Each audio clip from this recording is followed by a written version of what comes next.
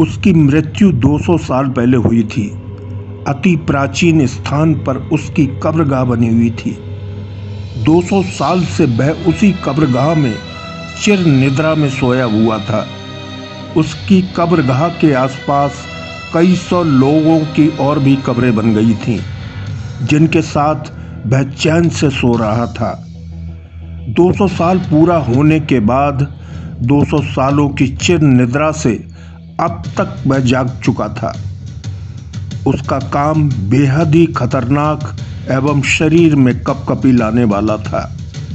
रात्रि के ठीक 2 बजे वह अपनी कब्र को फाड़ कर निकलता था।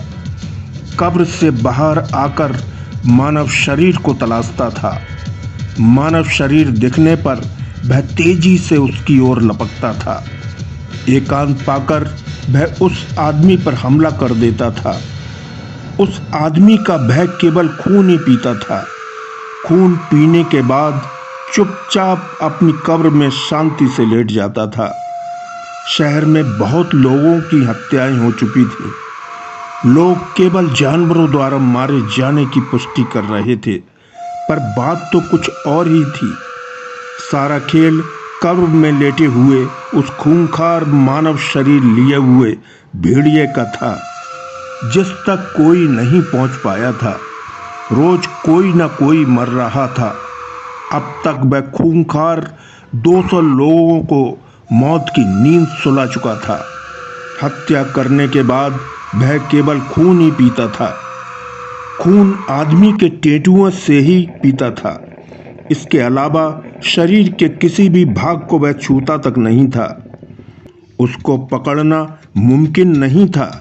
वह कब आता था और कब चला जाता था, किसी को पता भी नहीं चल पाता था। शहर में अजब सी बेचैनी थी।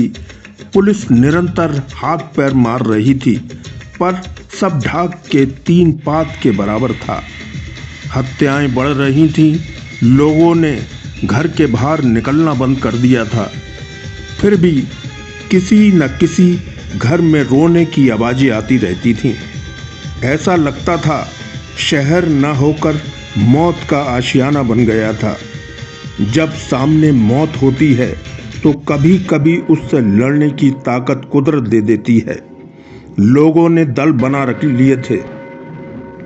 उसकी निगरानी की जा रही थी कि वह कहां से आता है और कहां जाता है, परंतु उस खूंखार को पकड़ना इतना आसान नहीं था।